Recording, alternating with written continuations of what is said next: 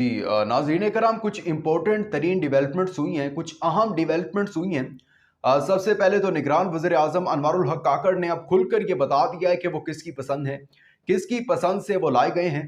दूसरी तरफ जो आजकल खबरों में बड़ी शायद सुर्खियाँ चल रही हैं, बड़े बड़े नून लीगी सहाफ़ी और पीपल्स पार्टी के सहाफ़ी और इस्टेब्लिशमेंट के सहाफ़ी जो हैं वो बड़ी बातें कर रहे हैं कि निगरान वज़ीर आज़म ने जो वादा किया था आवाम से, पाकिस्तानी आवाम से, वो वफा कर दिया है और बिजली के बिलों में जी बहुत बड़ा रिलीफ दे दिया। वो बहुत बड़ा रिलीफ क्या दिया ये आपको आगे चलकर बताते हैं। इसके अलावा आईएमएफ ने जो है पाकिस्तानी इस्टेब्लिशमेंट और निगरान हुकूमत को एक सख्त पैगाम भिजवाया है। वो पैगाम क्या है ये भी आपको आगे चलकर बताते हैं। इसके साथ साथ गिलगित बल्तिस्तान में जो सिचुएशन है वो इंतहाई अलार्मिंग सिचुएशन बनी हुई है। लाखों आवाम जो है वो सड़कों पर निकली हुई है, एहतजाज कर रही है। वो बिजली के बिलों पर एहतजाज नहीं कर रही। उसकी क्या रीज़न है ये भी आपको आगे चलकर बताते हैं। लेकिन आगे बढ़ने से पहले हमारे चैनल को सब्सक्राइब कर लें, वीडियो को लाइक और शेयर लाजमी कीजिएगा। नाजरीन कराम, जब ये बिजली का इशू बना, आवाम जो थी वो सड़कों पर निकल आई, एहतजाज कर रही थी कि बिजली के बिलों में जो टैक्स आयद किया गया ये टैक्स ख़त्म किया जाए और आवाम को जो है वो रिलीफ दिया जाए। आवाम की तरफ से, डिफरेंट सियासी जमातों की तरफ से कुछ प्रपोजल दिए गए थे कि आप इस तरीके से जो है आवाम को रिलीफ दे सकते हैं। लेकिन हंगामी इजलास बुला लिया था निगरान वज़ीर आज़म ने, लेकिन वहाँ पर निगरान वज़ीर आज़म को बताया गया कि 1 रुपया भी जो है वो आवाम को रिलीफ नहीं दे सकते हम और आवाम को जो है वो सब्र करना पड़ेगा। ये आवाम, जिस तरह उनको लग रहा था कि ये मामूल के मुताबिक एहतजाज हो रहे हैं, 1 दिन होगा एहतजाज, 2 दिन होंगे, लेकिन वो जो एहतजाज थे वो फसादात में तब्दील होते जा रहे थे। कोई बिल रीडिंग करने जाता था तो उस पर तशद्दुद किया जाता था, आवाम ने अपने बिल जला दिए थे। तो इन सब को देखते हुए सहाफ़ी कम्युनिटी के सामने निगरान वज़ीर आज़म ने एक दफ़ा फिर जो था वो वादा किया कि नेक्स्ट जो 48 आवर्स हैं उसके अंदर आवाम को बिजली के बिलों में एक बड़ा रिलीफ मिलेगा। और अब जो बताया जा रहा है कि वज़ीर आज़म ने बहुत बड़ा रिलीफ जो है वो दे दिया है। वो रिलीफ क्या है सुनिए जी। अब ये प्रपोजल एक जो है ना वो दिया गया है। अभी इसके ऊपर भी अमल नहीं हो रहा और पता नहीं होता भी है कि नहीं होता। अच्छा जी, खैर अब ये रिलीफ है नहीं, ठीक है। लेकिन उनके मुताबिक ये रिलीफ है कि जो बिल है वो किस्तों में आवाम अदा करें, ठीक है। वो 3 किस्तें बन सकती हैं, 2 किस्तें बन सकती हैं या 200 यूनिट वालों के बजाय अब 300 यूनिट हो जाएंगे। इसके अलावा वो जो दुकानें हैं, वो कारोबारी दुकानें, तजारती मराकिज़ हैं, वो सुबह 8 बजे खुलेंगे, शाम 6 बजे बंद हो जाएंगे और वो जी बचत हो जाएगी। ये जो है ना वो कागजी एक प्रपोजल उनका दिया गया है कि इस तरीके से जो है ना आवाम को रिलीफ दे सकते हैं। ये रिलीफ है जी जिसका काफ़ी जो है वो गुण गाए जा रहे हैं कि निगरान वज़ीर आज़म ने वादा किया और वाकई ही तो पाकिस्तान की तारीख में पहली दफ़ा 48 घंटों में किसी निगरान वज़ीर आज़म ने वादा वफा करके दिखा दिया। माशाल्लाह बहुत बड़ा रिलीफ है जी। और लग यही रहा है कि पाकिस्तानी अवाम के जो हालात हैं इस इतने बड़े रिलीफ के ज़रिए जो हैं वो बदल जाएंगे। शायद किस्तों में पैसे देने से पैसे कम शायद दिए जाते हों। 8 से 6 दुकानें बंद होंगी तो शायद पता नहीं बिल कम आना शुरू हो जाएंगे। ऐसा कुछ भी नहीं होना। कोई ये रिलीफ नहीं है, ये सो कॉल्ड एक रिलीफ है। लेकिन आवाम ने अब बताना है कि क्या ये रिलीफ ठीक है या नहीं। और अगर ये ठीक नहीं है तो आपने इसी तरह अपना एहतजाज जो है वो सड़कों पर रिकॉर्ड करवाते रहना है, ताकि ये जो हंगामी इजलास के बाद वादे कर रहे हैं कि शायद कोई ना कोई जो है इनके दिमाग, इनके पल्ले कोई चीज़ पड़ जाए और ये आवाम को जो है वो एक बड़ा रिलीफ दे सकें। दूसरी तरफ जो मैंने बात की कि निगरान वज़ीर आज़म अब खुलकर सामने आ चुके हैं। उन्होंने बता दिया कि वो किसकी पसंद है। महर बुखारी जो कि एक सीनियर सहाफ़ी हैं, उनका उनके प्रोग्राम में निगरान वज़ीर आज़म थे।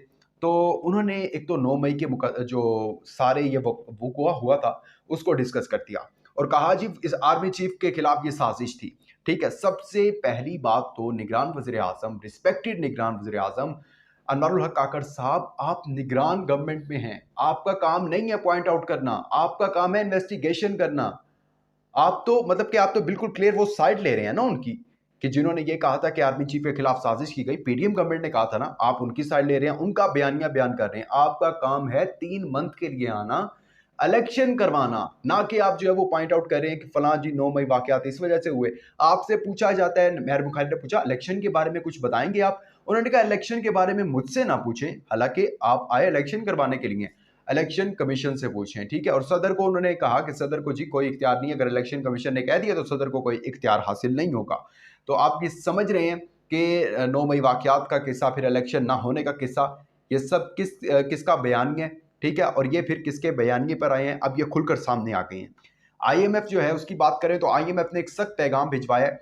पाकिस्तान ने एक आईएमएफ को मैसेज भेजा था कि पाकिस्तानी अवाम को हम रिलीफ देना चाहते हैं, और शमशाद अख्तर साहिबा की तरफ से एक मैसेज कन्वे किया गया था आईएमएफ को।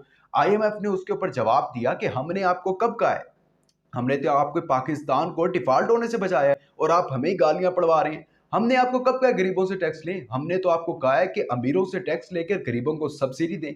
इस तरह आपका मुल्क डिफॉल्ट से बचेगा। और ये बिल्कुल सिंपल सा फार्मूला है, अगर आप अनपढ़ भी हैं तो आपकी समझ में ये आ जाना चाहिए कि एक सिंपल सा फार्मूला है, अमीरों से टैक्स खींचें, गरीबों को सब्सिडी दें, सिंपल। लेकिन आपने जो है गरीबों को आप टैक्स ले रहे हैं गरीबों से और अमीरों को वो सब्सिडी पहुंचा रहे हैं, तो ऐसा नहीं चलेगा। हमने आपके मुल्क को डिफॉल्ट से बचाया है, हम ये गालियां डिजर्व नहीं करते, ठीक है। बाकी मुल्क, हम आपका मुल्क नहीं चला सकते, हम आपके मुल्क में ये आकर रूल्स एंड रेगुलेशन फॉलो नहीं करवा सकते कि आपने जो है गरीबों से टैक्स नहीं लेना, गरीबों की मदद करनी है। हम सिर्फ कह सकते हैं, बाकी आपका अपना अगला जो आपने करना है कर लें।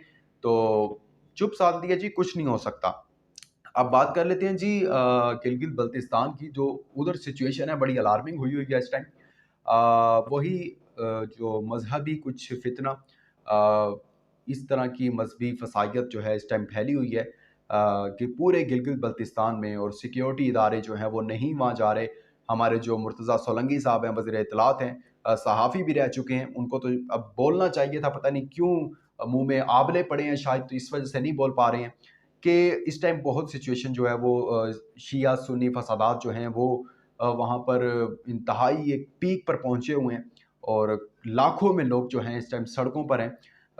तजारती मराकज़ बंद हैं, टेलीफोनिक लाइन्स जो हैं, सिग्नल्स नहीं आ रहे, तमाम जो हैं तालीमी इदारे बंद हैं। लेकिन मुर्तज़ा सोलंकी साहब कहते हैं वहाँ पर किसी सिक्योरिटी इदारे की, कोई सिक्योरिटी एजेंसी की ज़रूरत नहीं है, हालात जो हैं वो बिल्कुल मामूल के मुताबिक हैं।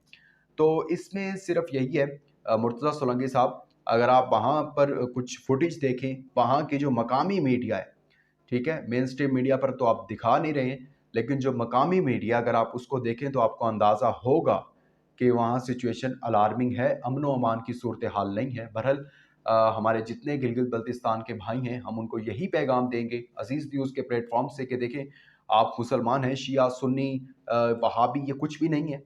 हम मुसलमान हैं और अल्लाह ने कुरान में फरमा दिया है कि फ़िरक़ों में ना पड़ो और अल्लाह की रस्सी को मजबूती से पकड़ लो। इल्लामा इकबाल ने भी कहा था कि यूं तो सैयद भी हो, मिर्ज़ा भी हो, अगवान भी हो, तुम सभी कुछ हो, ये बताओ मुसलमान भी हो।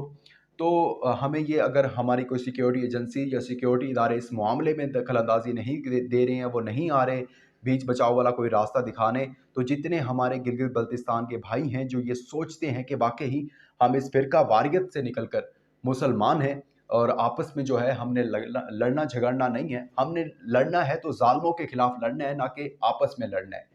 अपना बहुत ज़्यादा ख्याल रखिएगा, अपना इंपॉर्टेंट फीडबैक देना मत भूलिएगा। दीजिएगा इजाज़त, अल्लाह हाफ़िज़ व नासिर।